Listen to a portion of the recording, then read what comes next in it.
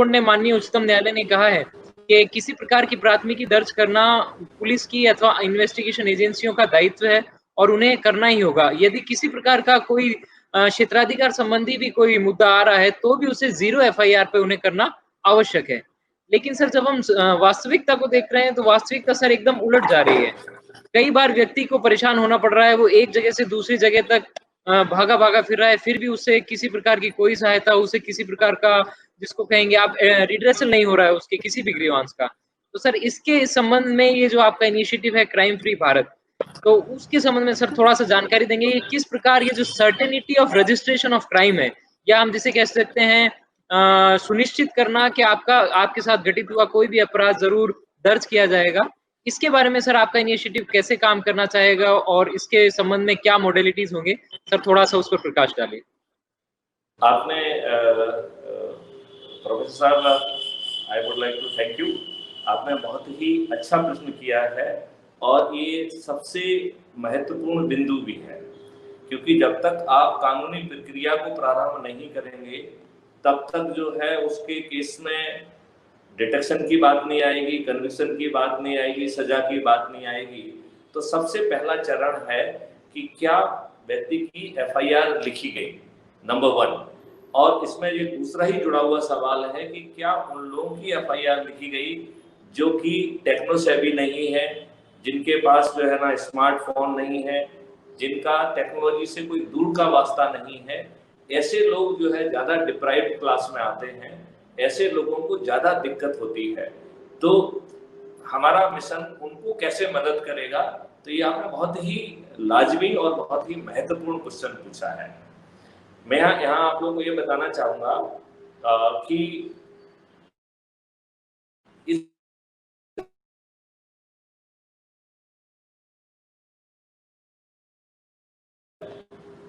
वो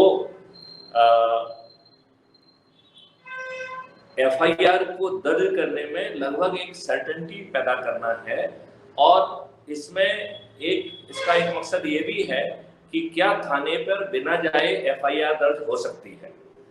क्योंकि तमाम प्रयासों के बावजूद, जैसा कि आपने कहा कि ललिता कुमारी वर्सेस स्टेट ऑफ यूपी में सुप्रीम कोर्ट ने जजमेंट दिया, शासन ने भी ढेर सारे निर्देश जारी किए, हम डीजी और बाकी वरिष्ठ अधिकारी भी ढेर सारे निर्देश जारी करते हैं, लेकिन इसके बावजूद भी ग्राउंड रियलिटी तो ये है कि पब्लिक, विशेष तौर पर उस पब्लिक की जिसकी कोई आवाज नहीं है, उसकी तो कोई सुनवाई नहीं है, तो उसकी तो एफआईआर दर्ज नहीं हो पाती है। तो ये सिस्टम उनकी कैसे मदद करेगा, ये जानना पब्लिक भी जानना चाहेगी, और आपका प्रश्न बहुत ही लाजमी प्रश्न है। तो एफआईआर दर्ज करने के लिए इसमें 5 जो है दरवाजे दिए गए हैं, 5 तरीके से एफआईआर दर्ज हो सकती है। पहला तरीका है कि आप थाने जाइए, जो अभी भी जाते हैं, लेकिन अब इसमें जो है बैकएंड टेक्नोलॉजी भी काम करेगी। हमारे मध्य प्रदेश में विशेष तौर पर सभी थानों में सीसीटीवी लगे हुए हैं, और उसमें माइक्रोफोन लगा के जो हमारा बैकएंड इंजन है, जो हमारा सॉफ्टवेयर है, वो एफआईआर को एक्सट्रैक्ट करके और उसको एफआईआर में कन्वर्ट करने में थानेदार की मदद करेगा, और थानेदार जो है उसमें अपने हस्ताक्षर करके उसको एफआईआर में कन्वर्ट कर सकेगा। ये जो है एक मदद जो है, जो कि सीधे थाने के माध्यम से। दूसरी जो है मदद, वो है 100 नंबर की गाड़ी, जिसको हम फर्स्ट रिस्पॉन्डर व्हीकल कहते हैं। तो फर्स्ट रिस्पॉन्डर व्हीकल में 100 नंबर आजकल काफी स्टेट में आ गया है, मध्य प्रदेश में तो काफी पहले आया है, और इसमें भी थोड़ा सा जो है टेक्नोलॉजी को इन्वॉल्व करके वही टेक्नोलॉजी जो है एफआरबी में यूज की जाएगी, और ये एफआरबी में जो पुलिस ऑफिसर है वो एफआईआर ले पाएगा, और वो एफआईआर जो है चाहे वो किसी भी गेट से आ रही हो, वो जो है सिस्टम में जाएगी, और कैसे जाएगी वो मैं लास्ट में एक्सप्लेन करता हूँ। तो उसमें किसी को ये नहीं रहेगा कि साहब जो मौके पे तो एएसआई है तो एफआईआर कैसे दर्ज होगी। वो जो है एफआईआर एक्सट्रैक्ट होके थाना प्रभारी के ऐप में, थाना प्रभारी के सीसीटीएनएस के डेस्कटॉप पे उसके पास पहुंच जाएगी, और जैसे ही वो अपने सिग्नेचर करता है वो एफआईआर बन जाएगी। तीसरा जो है, आप अपने घर पे बैठ के जिन लोगों के पास टेक्नोलॉजी जो जानते हैं, जो कर सकते हैं,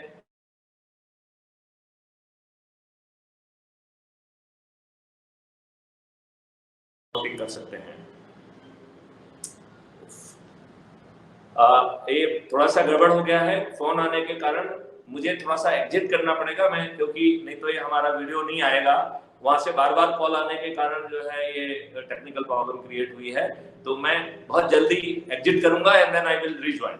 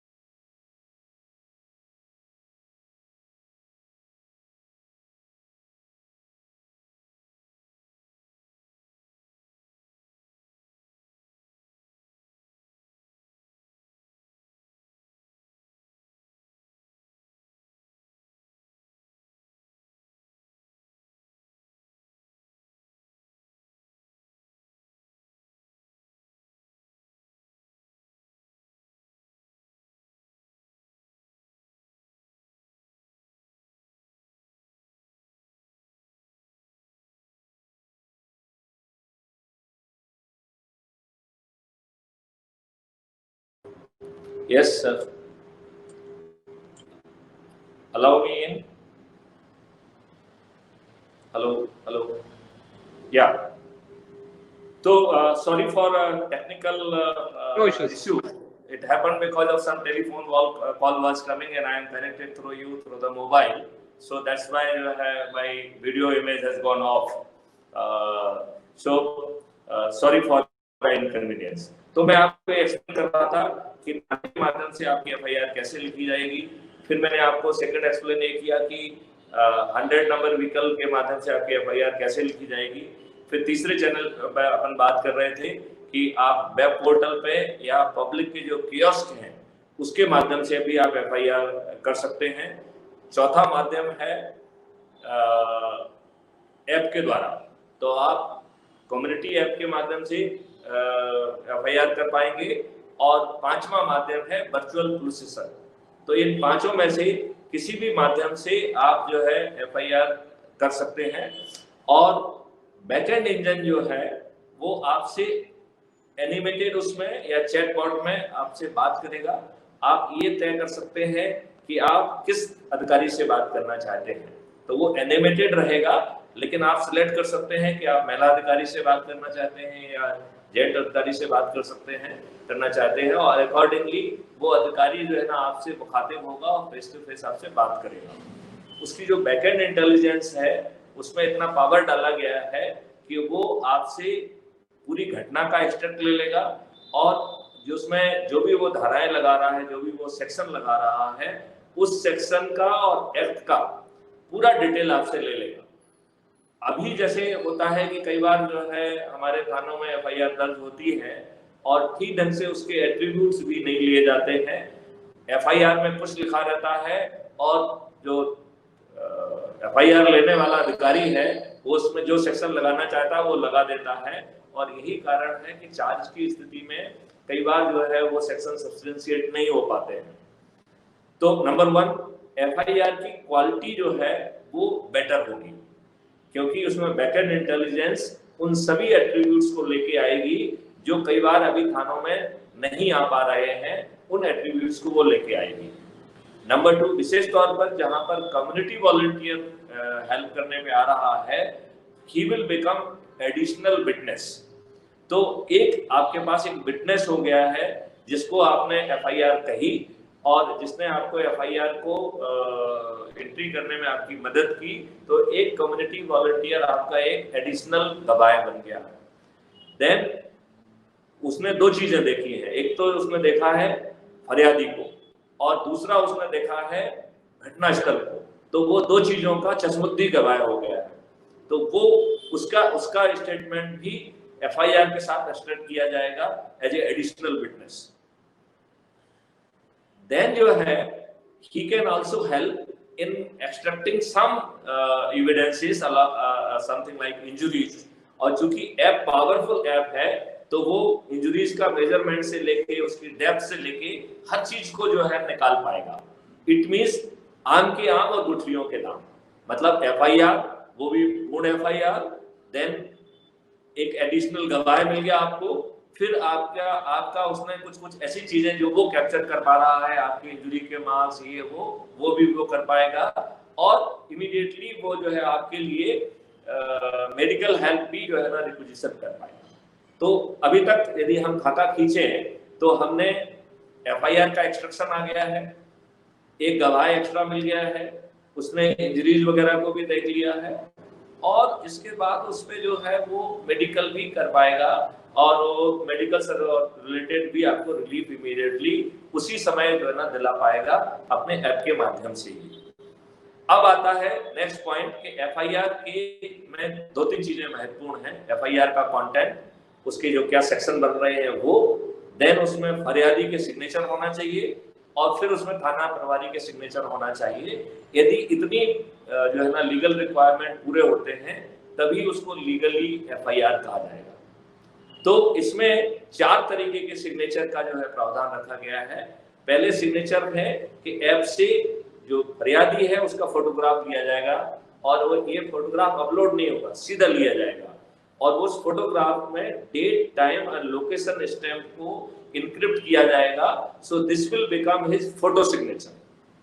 देन दूसरा सिग्नेचर जो रहेगा वो अपने ऐप पे ही सिग्नेचर, जो नॉर्मल ऑप्टिकल सिग्नेचर है वो कर पाएगा, और वो सिग्नेचर भी date, time and location stamp के साथ इनक्रिप्ट होके हैश वैल्यू से प्रोटेक्ट हो जाएंगे। तो दूसरा सिग्नेचर हुआ उसका ऑप्टिकल सिग्नेचर, जो अभी अपन लेमन भाषा में हस्ताक्षर कहते हैं, वो हस्ताक्षर भी उसमें इंटर हो जाएंगे उसकी। देन तीसरे सिग्नेचर जो है वो आधार बेस्ड जो है, जो आधार सेवा की जो सर्विस है उस सर्विस के तहत digital signature, OTP verified signature. और आधार की एक दूसरी जो है एक सर्विस है जिसमें वर्चुअल आईडी का यूज किया जाता है, तो उस virtual ID supported digital signature. इसमें जो पहले 2 सिग्नेचर हैं ये मैंडेटरी रहेंगे, बाद के 2 सिग्नेचर जो कि आधार कार्ड से रिलेटेड हैं वो मैंडेटरी नहीं रहेंगे, क्योंकि ये बहुत सारे ऐसे हालात हो सकते हैं जब सामने वाले के पास आधार कार्ड ना हो, आधार नंबर ना हो, या उसका आधार नंबर यदि मोबाइल नंबर से लिंक ना हो, और दूसरी बात जो है वो ऐसा व्यक्ति हो सकता है, फॉरेनर हो सकता है, विदेशी व्यक्ति हो सकता है जिसके पास तो आधार कार्ड होगा ही नहीं, लेकिन अपराध तो उसके साथ भी होगा। इसका मतलब है कि ये 4 डिजिटल सिग्नेचर के प्रोविजंस रहेंगे, और यदि उसके पास आधार बेस्ड सर्विस नहीं भी है, आधार कार्ड नंबर नहीं भी है, तो भी उसको उसके बाकी सिग्नेचर के कारण उसको कोई दिक्कत नहीं आएगी। और अब जो है एफआईआर का कंटेंट, सेक्शंस है, और विटनेस के भी जो है डिटेल के साथ, और along with signature of complainant, अब सिटीजन पोर्टल के माध्यम से वो सीसीटीएनएस के पोर्टल पे पहुंच जाएगा, जहां पे थाना प्रभारी जैसे ही अपने सिग्नेचर करेगा, तो जैसे 4 तरीके के सिग्नेचर के प्रावधान यहाँ रखे गए हैं, ऐसे ही सिग्नेचर के प्रावधान थाना प्रभारी के एंड पे भी होंगे। तो थाना प्रभारी जैसे ही उसमें सिग्नेचर करता है वो एक वैलिड एफआईआर बन गया है। लेकिन हम यहाँ पे आपको एक चीज बताना चाहेंगे, हमारे ही कुछ अधिकारियों ने कहा कि साहब यदि थाना प्रभारी को नहीं लगता है कि ये कॉग्निजेबल ऑफेंस हुआ है, तो शुड बी फोर्स अवर थाना प्रभारी के वो सिग्नेचर करे। तो मैंने कहा बिल्कुल ठीक है, हम थाना प्रभारी को बिल्कुल फोर्स नहीं करना चाहते हैं, लेकिन उसे एक अकाउंटेबल पर्सन की तरह बात करना पड़ेगा। यदि उसके पास कोई आधार है जिसके कारण उसको लगता है कि कॉग्निजेबल ऑफेंस नहीं हुआ है, तो उसे वो आधार लिखना होंगे, और जब वो अपने आधार लिखेगा और उस पर अपना सिग्नेचर करेगा, तो जो एफआईआर है वो सीआरपीसी की धारा 154 के तहत, 154 सीआरपीसी के तहत दर्ज की जाती है। उसी 154 की एक सब क्लॉज है 154(3), जिसमें एसपी के ऊपर ये लीगल जिम्मेवारी सौंपी गई है कि यदि थाना प्रभारी एफआईआर ना लिखे तो ये जिम्मेवारी एसपी की है कि वो एफआईआर पे जो है ना को स्वीकार करे, और वो या तो खुद जांच कर सकता है या वो जांच जो है किसी भी अधिकारी को देगा, उस अधिकारी को इर्रेस्पेक्टिव ऑफ हिज रैंक उसके पास उस केस के लिए थाना प्रभारी के सभी अधिकार स्वतः प्राप्त हो जाएंगे। ऐसा कानून में 154(3) में प्रावधान है, ठीक है ना। अब हमने यहाँ पर एसपी को भी जो है थोड़ा सा लैटिट्यूड दिया है। किसी भी कारण से यदि एसपी भी ये महसूस करता है कि कॉग्निजेबल ऑफेंस नहीं हुआ है, तो उसे जैसा कि थाना प्रभारी ने कारण बताया है ऐसे ही उसे अपना कारण बताना पड़ेगा, और जैसे ही वो अपने सिग्नेचर करता है तो सिस्टम जो है एफआईआर का कंटेंट, थानेदार ने क्या कहा उसका कंटेंट, और एसपी ने क्या कहा इसका कंटेंट लेके वो फरियादी के पास पहुंचेगा, विक्टिम के पास पहुंचेगा, एप्लीकेंट के पास पहुंचेगा, और उससे कहेगा कि देखिए आपकी ने जो हमको रिपोर्ट की है उससे तो संज्ञेय अपराध इन धाराओं का बन रहा है, इसमें कोई भ्रम की स्थिति नहीं है। लेकिन इस बारे में थानेदार का कहना, एसओ को कहना, एसएचओ का कहना ये है और एसपी का कहना ये है, क्या आप इस केस को परस्यू करना चाहते हैं? यदि वो हाँ कहता है तो सिस्टम जो है तत्काल उसके सामने एक एफिडेविट का फॉर्मेट क्रिएट करेगा, और जैसे ही वो उस पर डिजिटल सिग्नेचर करेगा तो इस पूरे को लेके सिस्टम जो है खुद 156(3) के रेड विथ सेक्शन 190 सीआरपीसी वो मजिस्ट्रेट के पास उसको ले जाएगा, और मजिस्ट्रेट से कहेगा कि 156(3) में ये जिम्मेवारी कानून ने आपके ऊपर डाली है, तो ना आप कॉल लीजिए और निर्देश दीजिए कि इसमें एफआईआर दर्ज हो। और इसके बाद एक चौथी सीढ़ी और भी है, वो है हाई कोर्ट की सीढ़ी। तो अभी हमने इसको 156(3) तक सीमित रखा है, यदि आगे हुआ तो हम उसको हाई कोर्ट की सीढ़ी तक भी ले जाएंगे। तो इस प्रकार ना केवल हम एफआईआर दर्ज कराने का एक उसको साधन दे रहे हैं, बल्कि उसकी यदि साथ कोई संज्ञेय अपराध हुआ है तो उसकी एफआईआर हर हालत में हो जाए। हम इसकी कानून के सम्मत जो भी प्रक्रिया ऑलरेडी मौजूद है उसको पूरा कराते हुए उसकी एफआईआर दर्ज कराने में मदद करेंगे। It will be such a strong system. अब यहाँ पे एक दूसरा प्रश्न जो बचा रहता है वो रहता है कि क्या ये सिस्टम उन लोगों की मदद करेगा जो कि टेक्नोलॉजी से भी हैं, जिनके पास स्मार्टफोन है, या उन लोगों की भी मदद करेगा जो गांव के लोग हैं, जो टेक्नोलॉजी को नहीं समझते हैं, जिनके पास जो है ना कोई संसाधन नहीं है? तो जी हाँ, ये उनकी ही लिए डिजाइन किया गया है, तो उनकी सबसे ज्यादा मदद करेगा। अब उनकी सबसे ज्यादा मदद कैसे होगी?